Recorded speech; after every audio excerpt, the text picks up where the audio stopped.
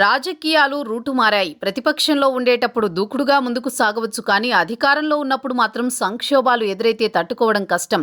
అటువంటి సమయంలోని trouble షూటర్లు, crisis మేనేజర్లు అవసరం. ప్రతిపక్షంలో ఉన్న వారికి ట్రబుల్ షూటర్ అవసరం.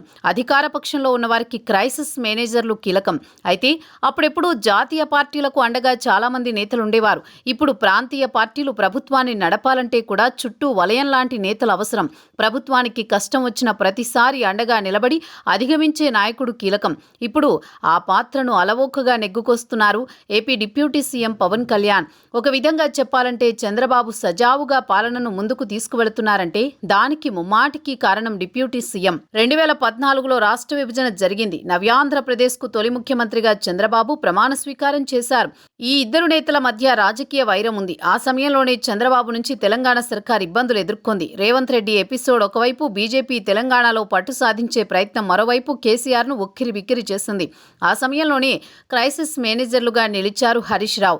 ఒక రక్షణ వలయంలా మారి కేసీఆర్కు ఇబ్బంది లేకుండా చేశారు. అయితే ఇప్పుడు ఏపీలో చంద్రబాబు సైతం పవన్ కళ్యాణ్ ఒక క్రైసిస్ మేనేజర్గా పనిచేస్తున్నారు. చంద్రబాబుకు కష్టం వచ్చిన ప్రతిసారి వాలిపోతున్నారు.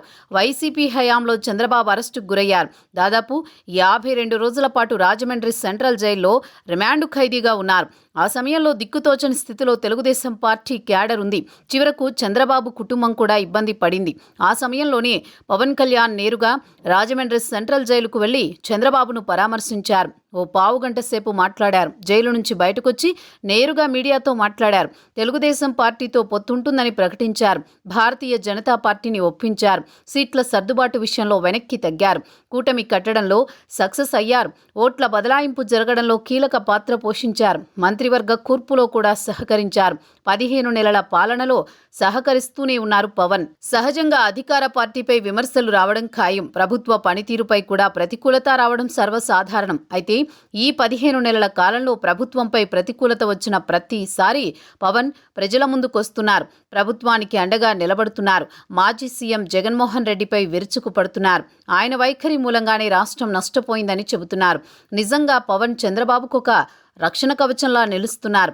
ఒక మాటలో చెప్పాలంటే చంద్రబాబుకు వరం పవన్. పవన్ ఉండగా చంద్రబాబుకు రాజకీయంగా ఇబ్బంది పెట్టలేమని ప్రత్యర్థులు అంచనా వేశారు.